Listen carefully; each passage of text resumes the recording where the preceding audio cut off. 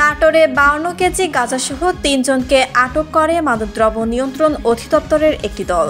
নাটোরের বিশেষ প্রতিনিধির পাঠানো তথ্যছবিতে বিস্তারিত।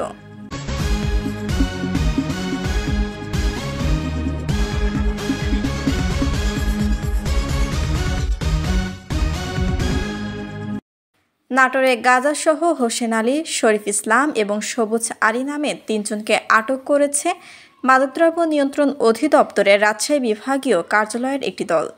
17 এপ্রিল বৃহস্পতিবার রাত 2:45 থেকে ভোর 4টা পর্যন্ত নাটোর সদর উপজেলার নাটোর বনপাড়া মহাসড়কের হয়বতপুর এলাকায় একটি কাভার্ড ভ্যানে অভিযান চালিয়ে 52 কেজি গাঁজাসহ তাদের আটক করা হয়। আটক হোসেন আলী কুড়িগ্রাম জেলার নাগেশ্বরী উপজেলার গোপীনাথ কাশিরদারা এলাকার জবেদ আলীর ছেলে, শরীফ ইসলাম সিরাজগঞ্জ জেলার শাহজাদপুর উপজেলার পোতাজিয়া বাজারপাড়া গ্রামের মৃত এনায়েত আলীর ছেলে এবং সবুজ আলী একই এলাকার কাশেম প্রামাণিকের ছেলে। মাদকদ্রব্য নিয়ন্ত্রণ অধিদপ্তরের গোয়েন্দা ইউনিটের উপপরিচালক জিলুর রহমান সততা নিশ্চিত করে জানান, গোপন সংবাদের ভিত্তিতে 17 এপ্রিল নাটোর সদর উপজেলার নাটোর বনপাড়া মহাসড়কের হয়বতপুর এলাকায় অভিযান পরিচালনা করা হয়। অভিযানে ঢাকা থেকে নাটোরগামী একটি কাভার্ড ভ্যান থামিয়ে তল্লাশি চালানো হয়।